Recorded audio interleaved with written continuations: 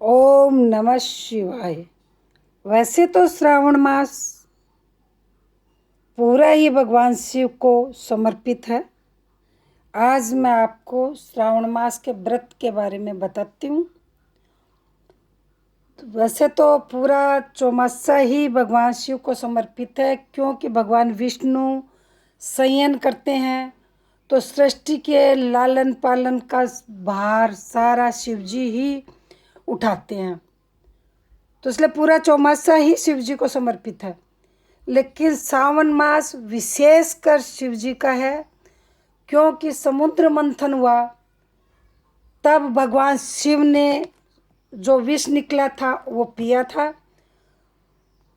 तो उस विष को शांत करने के लिए सारे देवी देवताओं ने भगवान शिव का जलाभिषेक किया था। इसलिए सावन मास भगवान शिव को और विशेष रूप से समर्पित है। वो वैसे भी शिवरात्रि को कहते हैं, सावन की शिवरात्रि को भगवान का उद्भव हुआ था। सावन मास विशेषकर भगवान शिव को समर्पित है, तो पूरे ही सावन व्रत रखने चाहिए।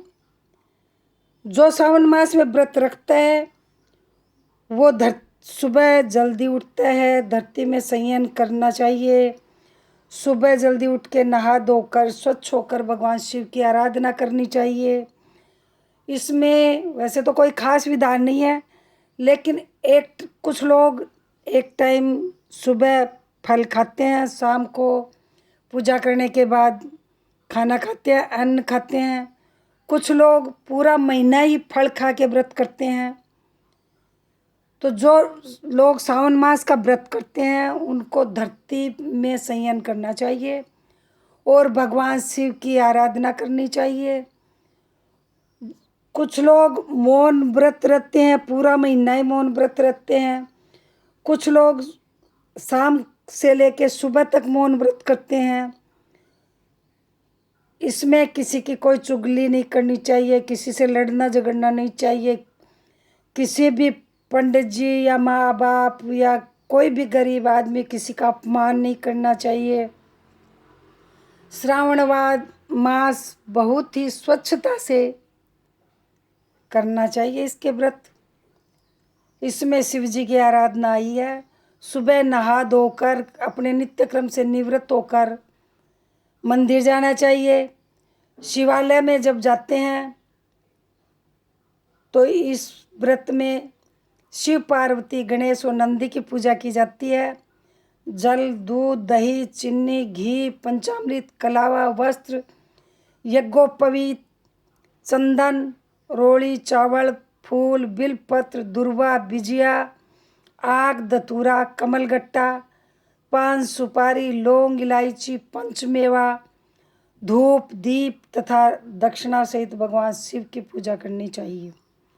पूजन के बाद दिन में केवल एक बार भोजन करने का विधान है। इन दिनों श्रावण मास के महात्म को भी सुनना या पढ़ना चाहिए। और वस्त्र जब महीना सावन मास खत्म होता है उस दिन देते हैं। पार्वती के श्रृंगार का सामान होता है, यदि साड़ी या चुन्नी हो तो बहुत अच्छी बात है, नहीं श्रृंगार का सामान तो पार्वती के चढ़ाते ही चढ़ाते हैं। श्रावण मास में बैंगन नहीं खाना चाहिए, तेल नहीं खाना चाहिए, दूध नहीं पीना चाहिए और हरे पत्तों की सब्जियां नहीं खानी चाहिए। बेल पे लगी हुई सब्जी जैसे घिया तोरी टिंडा ये सब्जियां खानी चाहिए।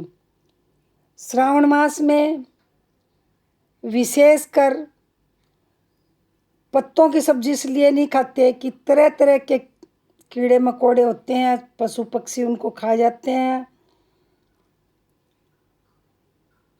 तो वो पत्तों के थ्रू हमारे पास भी वो कीड़े मकोड़े आ जाते हैं, हमें दिखाई नहीं देते। और दूध भी इसीलिए नहीं पीते कि हरा गाय खाती है उसके साथ वो कीड़े मकोड़े भी खा जाती है तो दूध अशुद्ध हो जाता है। कुछ लोग कहते हैं कि दूध इसलिए नहीं खाना चाहिए श्रावण में क्योंकि दूध तो शिव जी पे चढ़ता है। तो जब शिव जी पे दूध चढ़ता है तो आदमी को वो दूध नहीं पीना चाहिए, क्योंकि वो तो भगवान का प्रसाद है।